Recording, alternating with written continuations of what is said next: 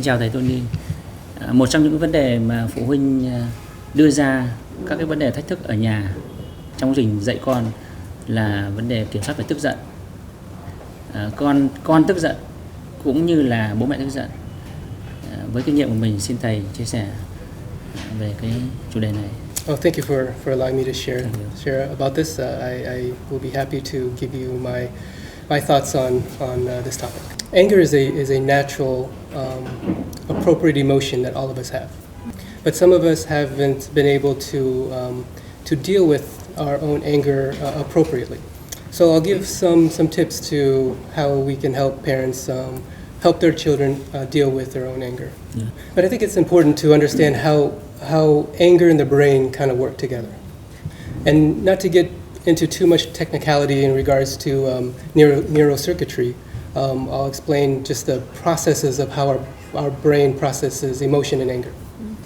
So when we think a thought, that thought stimulates our anger circuit.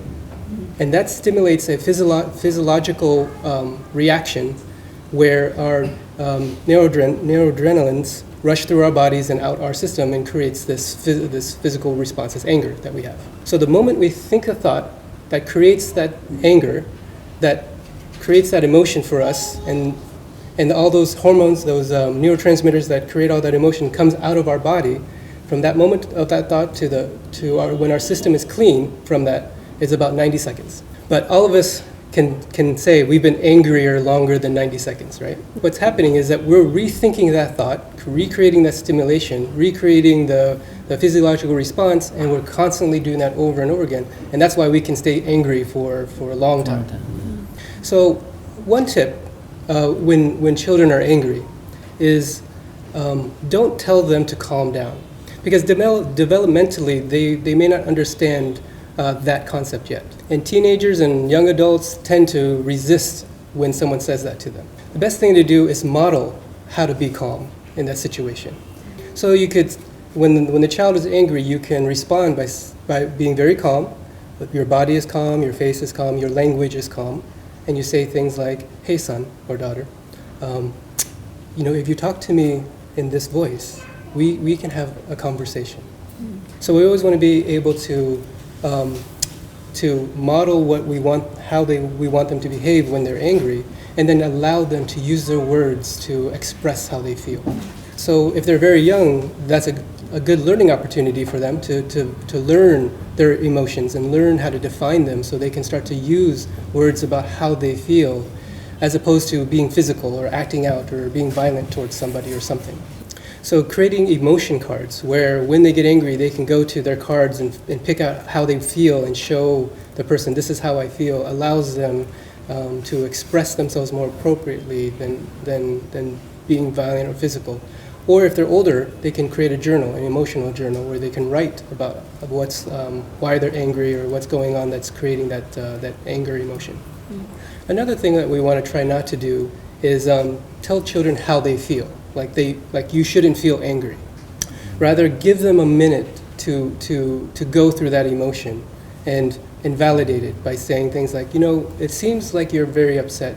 Why don't you take a minute so you can feel that? Just be in that emotion right now. And you can do other activities with them, like could be playing a sport or going through a bunch of magazines and finding pictures and words and phrases that express how they feel, and creating a poster or a collage that allows them to appropriately deal with their anger.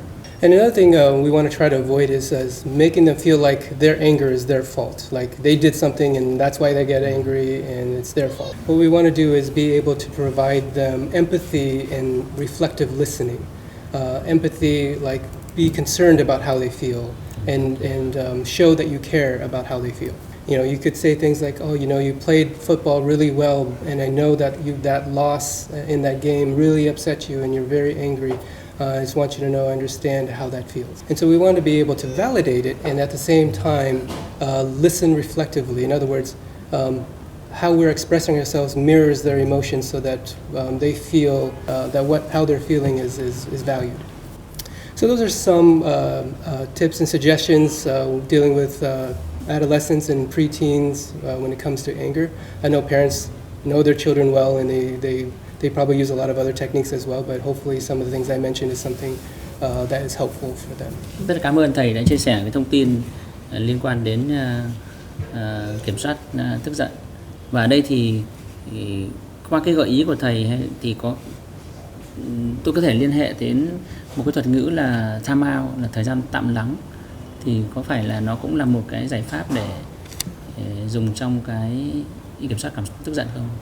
Yeah, so timeout it can be a good strategy because it allows students to be removed from the trigger that made them angry or the situation.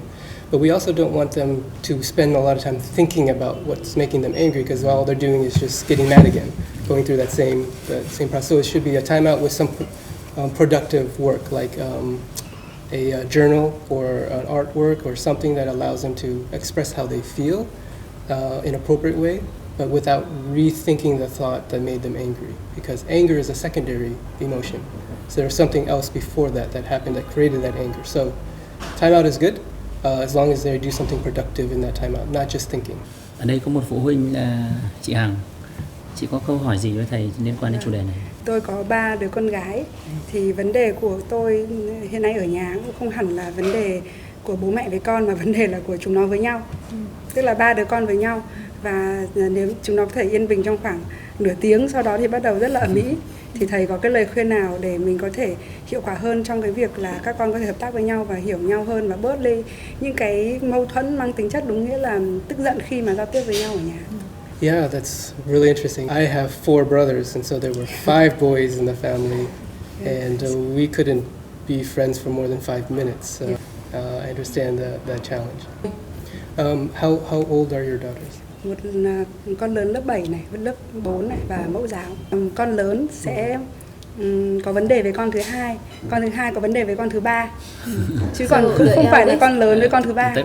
So you have that middle child and the baby of the family and the dynamic of how they perceive each other and where they fit inside this family, and then the age of each child creates all those dynamics where that can happen. So it may not be about so much anger as it is about how they anger is the secondary response. Something is triggering that, and it's their inability to have a meaningful relationship at the age that they're at. One thing that could help that you could look at is how to incentivize to build a more better relationship. But how do you incentivize them getting along?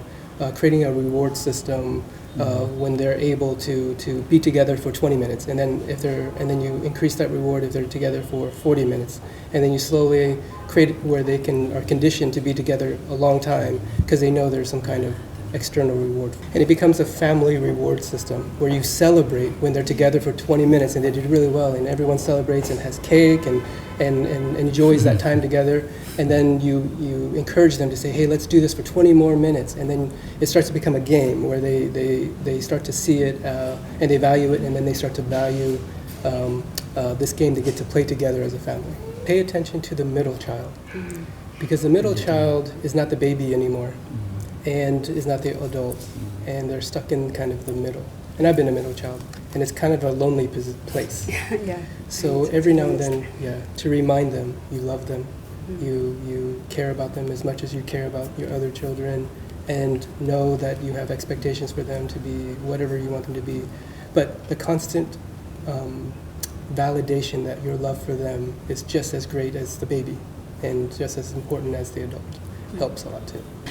Về cái vấn đề mà quản lý sự tức giận như thầy vừa nói, thì ví dụ như trong cái trường hợp mà đứa trẻ nó còn có cái hành vi quăng đồ và đánh người khác chẳng hạn, phản ứng khá là mạnh, và ngay từ đầu khi mà mình xác nhận cảm xúc của con và mình đồng cảm với con nhưng mà con cũng chưa thực hiện ngay được, thì có cái cách nào để có thể là giúp con có thể giảm dần cái hành vi bạo lực cũng như là cái xu hướng ném đồ như vậy?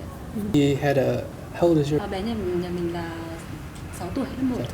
A good friend of mine, he has a 7-year-old, and the 7-year-old in the backseat threw a really bad tantrum, just was screaming and yelling and hitting the chair and just being very violent. And so he turned to his son and says, "You're very angry. How much time do you need?" he just asked his son, how much time do you need? And his son was just like, I need 1 minute. So when they're in that moment where they're just not thinking and whatever you say isn't going to make a difference, you just allow them that minute. And then you slowly go back and be calm and be like, is it okay for us to talk now? Are you ready to have a conversation? Can we talk about what just happened? And allow them to get through that. And sometimes they need to go to a room and just throw things, just to get it out of their system. But then you go back and you be calm and you teach them, next time try this, or journal or whatever it is. So the key is to take that moment as a teachable moment. So after they eventually calm down, then you can stay calm and say, next time, let's use our emotional cards, or next time let's do a collage about how you feel, and then start to get them to in that routine, and eventually that violence will start to wane or to lessen. And then when they start to use the reward or the strategies you teach them, like the emotional cards or the journal or whatever it is, that you reward them, and then they see that as a positive, and they start to get angry, they go to that, and you reward them for using proper anger management techniques. Xin cảm ơn thầy Tony đã chia sẻ một chủ đề rất là thú vị, và hy vọng là phụ huynh có thể là áp dụng phương pháp này trong việc là giúp con để kiềm chế cơn tức giận. Nhân tiện đây thì tôi cũng xin có một cái đề nghị với nhà trường, và được biết là nhà trường bây giờ có một cái ban gọi là ban nền nếp và tư vấn tư vấn tâm lý học đường. Thì hy vọng rằng là thầy có thể chia sẻ cũng như là cùng với ban để mà áp dụng những cái kỹ năng hay phương pháp này để mà giúp những học sinh của trường. Và đây cũng là một cái mong mỏi mà rất nhiều phụ huynh đã quan tâm. Xin cảm ơn thầy.